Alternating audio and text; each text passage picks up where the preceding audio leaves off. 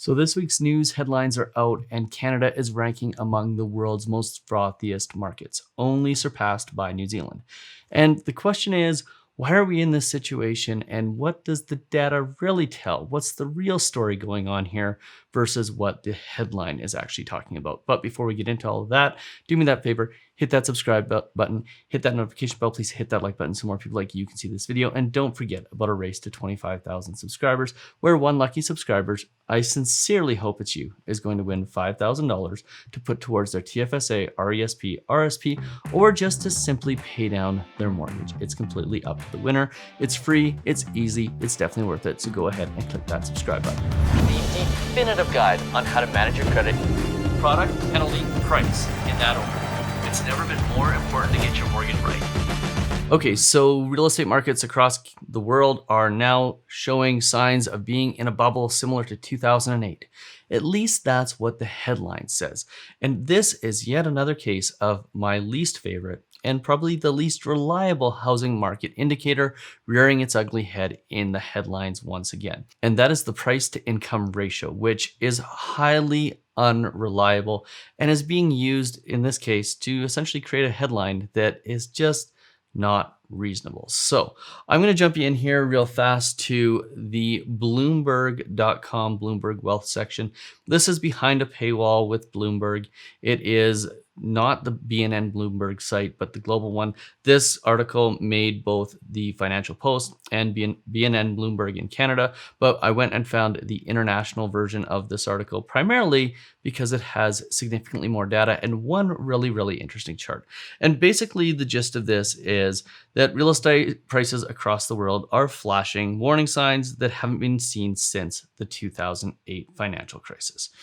And when you go and you take a look at the bubble countries that they are saying are in trouble, Canada ranks highly, as does New Zealand, as well as several other countries across the world. And here's the problem with this. So Bloomberg has this great economic dashboard for real estate. It's primarily only available to terminal users, which is a $25,000 a year subscription. It's the computers that sit on the desks of CEOs and traders all across the globe. And it's a really great group of indicators. They have these 5 real estate indicators. However, they're often misleading in the story that they're telling or the way in which they're interpreted. And that's what I want to show you today. And I want to go down here and just show you, first and foremost, the bubble ranking. So this is the bubble ranking. I'm going to see if I can zoom it in for you here real quick. And as you can see, when it comes to the bubble ranking, Canada is number 2, only surpassed by New Zealand. And the 5 points of data that they're following are price to rent ratio, so the value of a house versus the amount that it would rent out for. They're looking at price to income, so the value of a house compared to what incomes are, which we know is way out of whack when interest rates get low. We've talked about that in previous videos. They're looking at real price growth, which is the percentage of price growth compared to other goods in the market. Then they look at nominal price growth, which is the actual dollar value price growth. So that's what the actual house is selling for. And then they look at annual credit growth.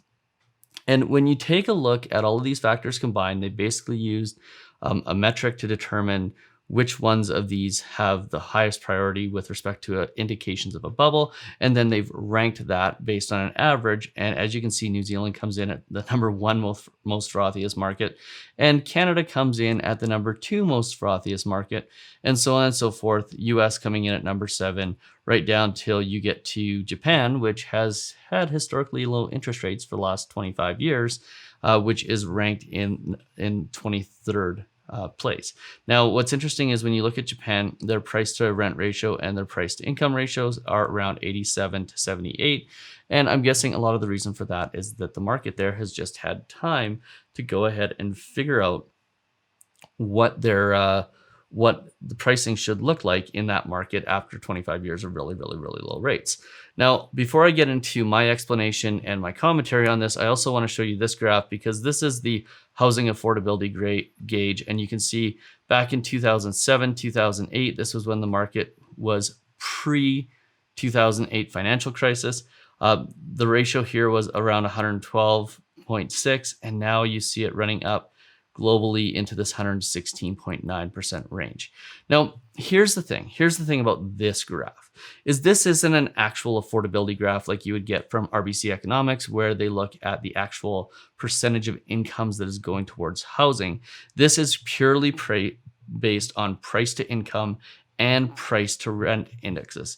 And the problem with that is that when you're looking at price to rent and price to income is you're not factoring in the single biggest contributor to change in those ratios, which is interest rates, because interest rates translates into carrying costs and carrying costs translates into affordability. So you can have a price to income ratio that has a significantly higher real estate value but lower interest rates, or you can have it with a lower higher real estate value, a lower real estate value, and higher interest rates, and still have basically the same payments. So it's kind of a misleading gauge on where real estate is in an economy. And here's the thing, right? Is the article here is stating that the indicators that showed signs of a bubble in 2008 are getting close to where they were before. Well, here's the thing. Low interest rates lead to high price to income and high price to rent ratios. Because when you have lower interest rates, property values go out, because even though incomes are the same, payments are the same, but the amount that somebody can borrow, the borrowing power goes up. And the problem with using this as an indicator for real estate is it just doesn't tell the whole story. Because if you looked at just that indicator and said, oh, well, when price to income gets really high on that ratio, that means there's a crash coming. Well, you'd be completely leaving out the rest of the story of what happened in 2008. Because here's what happened in 2008. The price to income ratios had nothing to do with the crash. Yes, they were high because interest rates were low. And yes, there was frothiness in the market because people were buying more and were able to afford more because of those lower interest rates. But the reality of what really caused the 2008 financial crisis wasn't price to income ratios. It was 100% and completely lending practices. There was such a high tendency for lenders to want to lend money, and it was so easy to get a mortgage, including things like ninja mortgages, which were no income, no jobs, no assets. You pretty much just had a foggy mirror and you would get a mortgage. That is what ultimately led to that crash. And basically, if you've ever watched The Big Short, what you saw is you had these tranches of mortgages that had really low grade mortgages mixed in with high grade mortgages, and the lower grade mortgages were being classified as higher grade mortgages. And when they started to fail, because when there wasn't enough money to go around to continue to refinance out those homes, that is what caused that crisis. So it had nothing to do with price to income ratio. That was, yes, it was high at that point in time, but that isn't what caused the issue. And when you look at lending practices today globally, they're significantly better. And when I mean better, what I mean is harder to get a mortgage, to get a loan in 2021 than it was in 2006, 2007, or 2008. Because if you just look at Canada as an example, every borrower out there who's qualifying for a mortgage right now is qualifying at 5.25% interest rates. That's significantly higher than what they're paying. They could be paying 1.45% on a variable rate mortgage, but they're qualifying at 5.25%, which means there's all this padding built in on their qualification. That means that if interest rates were to rise, they're in a really good position to still be able to qualify, because not only do they have that traditional stress test of debt servicing ratios, which is 42 to 44% of incomes going towards debts, but they've also got a really, really, really big padding built in of 20 to 25% of their actual borrowing power in that new stress test, which is that 5.25%. So the risk to the market is nowhere close to what it was in 2008. And on top of that, in 2008, one of the things that really led people to get into trouble was adjustable rate mortgages that were qualified for at the interest rates that were on the contract, that all adjusted at one point in time and went from maybe 1.5% to 2.5%, or whatever the numbers were back then, and overnight increased payments across the board. Now, again, that's factored into our lending practices now. That's factored into how borrowing and how mortgages are qualified for, so that same sort of circumstance doesn't happen in Canada in 2021 or 2022 or 2023. The lessons of 2008 really prevent the potential issues that come with low interest rates and that high price to income ratio. So, it's a really interesting conversation. I hate this statistic. I hate this indicator. I hate this price to income ratio. as an indicator of what's going on in an economy or real estate market, because it just really doesn't look at interest rates and affordability. Yes, would we like to have this ratio lower? Absolutely. If interest rates do start to go up, is it going to get lower? Yes, absolutely. But this is not an indicator that the market is going to crash. It's not an indicator that today's market is anything like what 2008's market was, because quite frankly, 2008's markets was predicated on bad lending practices. It was not price to income that caused the issue. It was horrible lending practices, but lending money to people that simply could not qualify and could not afford those mortgages. So, I want to just kind of take you back to this original graph.